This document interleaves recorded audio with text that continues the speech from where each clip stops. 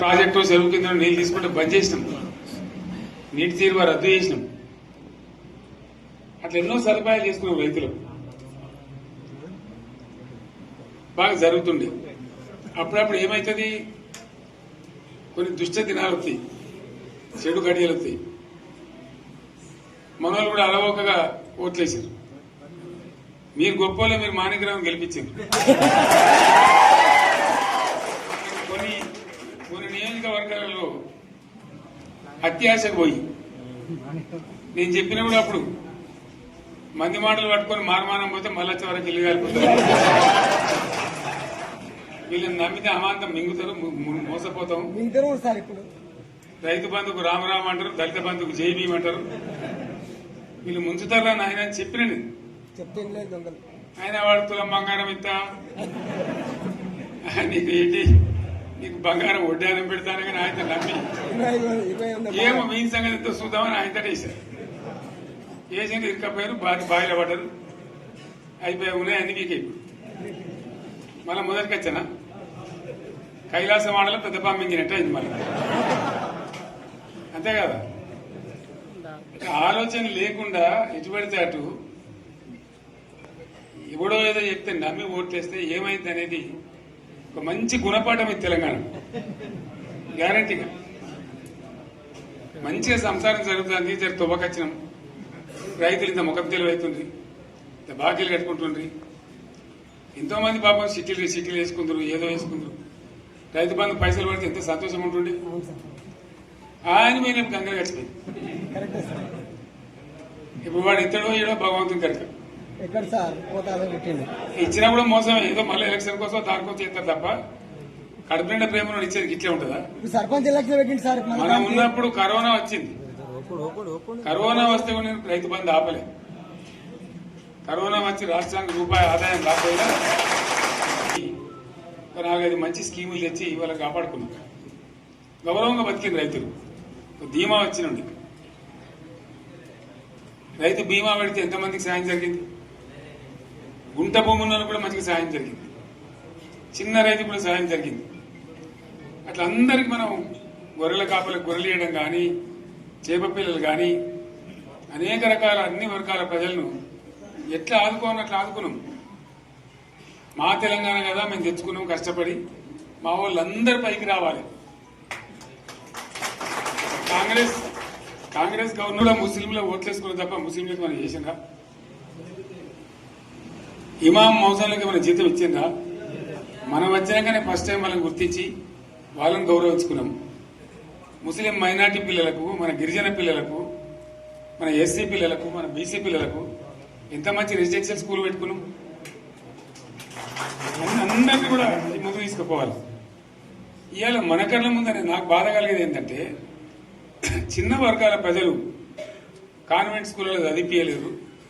వాళ్ళ పిల్లలు కూడా బాగా చదవాలని చెప్పి ఎస్సీలకు, బీసీ, మన మైనార్టీ సోదరులకు గురుకుల పాఠశాలలు పెట్టారు. అద్భుతమైన చదువు చదువుకునే వాళ్ళు. ఇవాళ మొత్తం రోజు బడి పిల్లలు విషాహారము, కడుపు నొచ్చుడు, బాధపడు, పురుగులు అన్నం పెట్టుడు. పిల్లలు వెళ్ళిపోతున్నారు ఆ స్కూళ్ళ నుంచి, ఇళ్ళకి వెళ్ళిపోతున్నారు. తల్లిదండ్రులు కూడా భయపడి తీసుకుపోతున్నారు. ఏం ఘోరం ఇది నాకు అర్థం కాదు. మళ్ళీ ఇది చేసిన కూడా ఇప్పుడు మళ్ళీ అదే కాంగ్రెస్ పార్టీ. అంతేనా? మళ్ళా పాత కాంగ్రెస్ మోపైంది, మళ్ళా కరెంటు కోతలు మోపైనాయి. వెనకాలం ఇంకేం గతి అవుతుందో మార్చి ఏప్రిల్ ఏమవుతుందో. ఇంకా కరెంటు కోతలు మోపైనాయి, మంచినీళ్ళు సరికొత్తలు, అడిగే నాతులు లేడు. ఎవడన్నా గట్టిగా నిలదీసినట్టు వారికి పోలీసు నిలబట్టేయడం. ఇదేనా రాజ్యం?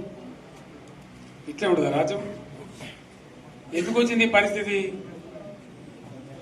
చెప్తా. నాకేం గుర్తులేదు. నేనేమంటున్నా అంటే, ఇట్లా అనేక పనులు చేసుకున్నాం మనం. గోదావరి నుంచి నీళ్లు తెచ్చుకున్నాం. నీళ్లు తెచ్చుకొని మంచినీళ్ళ తర్వాత సాగునీళ్ళు ఎంపడబడ్డాయి. మెదక్లో యువతల ప్రాంతం అంతా కొంత అందినాయి నీళ్లు, పాత మెదక్ జిల్లాలో. మీదికి మిగిలిపోయినాయి మన 2 తాలూకాలు, నారాయణఖేడ్, జైరాబాద్. వాళ్ళకి నీళ్లు రావాలి. ఎట్లా రావాలి గోదావరి నీళ్లు?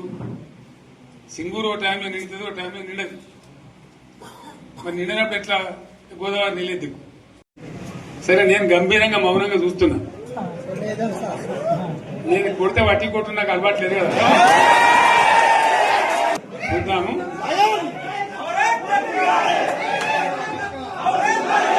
నా రోజులు కానీ అన్నట్టుగా నేను చూస్తా ఉన్నా. కానీ మనోళ్ళందరూ కూడా ప్రతిపాదిస్తున్న ఏంటంటే, ఒక సంవత్సరం జరిగిపోయింది, సంగమేశ్వర ఆన్నే పన్నది, బసవేశ్వర ఆన్నే పన్నది, పాలమూరు ఉత్పత్తుల పథకం ఆన్నే పన్నది, కాళేశ్వరం అట్లే ఎండబెడుతున్నారు, ఇవన్నీ అన్యాయాలని. కాబట్టి ఫిబ్రవరి నెలాఖరులో ఒక పెద్ద బహిరంగ సభ పెట్టాలి, మీరు కథ చూడాలి అని జరుగుతూ ఉంది. కాబట్టి మీరు కూడా పెద్ద ఎత్తున దయచేసి ఆ సభకు కదిలి రావాలి, చాలా దూరమే ఉండదు. ఆ రకంగా తెలంగాణ శక్తి ఏందో మరొకసారి చూపించి వీళ్ళ మెడలు వంచి ఇప్పుడు సాధించాలి. భవిష్యత్తు కోసం కూడా కొట్టాడకు మనం సిద్ధంగా ఉండాలని తెలియజేసుకుంటూ, పరమేశ్వర్ గారికి అంతటి లోకమంత్రం ఇది. కోటి రూపాయల భూమి ఇప్పుడు 50 లక్షల కట్టుకోలేదు.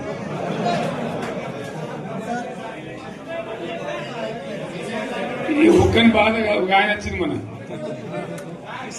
ఒక ఆయన ఒక 10 మంది వచ్చారు హైదరాబాద్కి. అందులోకి 2 ముస్లిం సోదరులు వచ్చారు. साहब शोक तबाह हो गया, इफलासी मुफलसी बच्चे क्या दबे होगा। तुम्हारा क्या हुआ बहन, तुम्हारा क्या हुआ, तुम हैदराबाद में तुम लोग हैं। मेरा कारोबार है साहब, मेरा छोटा मोटा कारोबार है, होटल भी है, 70% गिर गया है। हर कोई पूछ रहे, हर कोई केसीआर को याद कर रहे सामान వాళ్ళు మాట్లాడుతున్నారు. ఎక్కడ ప్రతి ఒక్కరు భూముల ధరలు పోయినాయి, మన్ను పోయినాయి, మసాలా అన్ని పోయినాయి. ఎంత మంచిగా 4 ఎకరాల రైతు నేను 4 కోట్ల ఆసాన అనుకుంటుండే, అంత ధీమా ఉంది, ఎంత బాగుండే. హైదరాబాద్ నుంచి అడిగితే కూడా వచ్చి మనం ఇవ్వకపోతాం భూములు, డిమాండ్ పెరగానని. అంత బ్రహ్మాండంగా మారుమూల ప్రాంతంలో కూడా 40 లక్షలు 50 లక్షలు ఎకరానికి ఉండే. అటువంటిది సగానికి సగం పడిపోయి మొత్తం నాశనం చేసింది.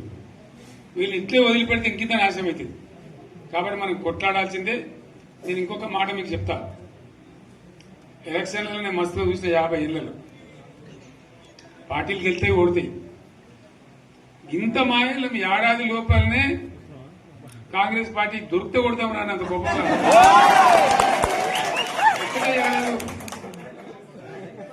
ఇంకా వాళ్ళ బొంద తెలివికి నిన్న వారి పార్టీ మంది పెట్టాలి, అదేందో పోలింగ్ పెట్టిన వాడు చూసారా మీరు? ఆ పోలింగ్ పెడితే 70% మనకు వచ్చింది, 30% మనకు. వాడు పెట్టింది, మనం పెట్టింది కాదు. 75 ఇది పరిస్థితి. అదే నేను ఏమంటున్నా అంటే, ఫామ్ హౌస్ అంటే ఏముంటది, వారి ఉంటది, మాకు ఉంటది, అల్లం ఉంటది. కాంగ్రెస్ వాళ్ళు ఎంత మనిషి చేస్తే పారబడి తవ్వచ్చు కూడా లంగత. దీన్ని ఫామ్ హౌస్ అని మనం బదనాం చేసి అంతే కదా. నేను ఏమంటున్నా అంటే, అన్ని మబ్బులు వీడిపోయినట్టు ప్రజలకు అన్ని తెలిసిపోతున్నాయి.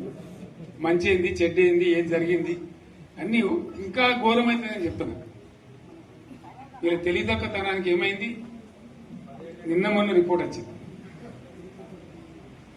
Comptroller and auditor general of India అని కాగ్ అంటారు దాన్ని.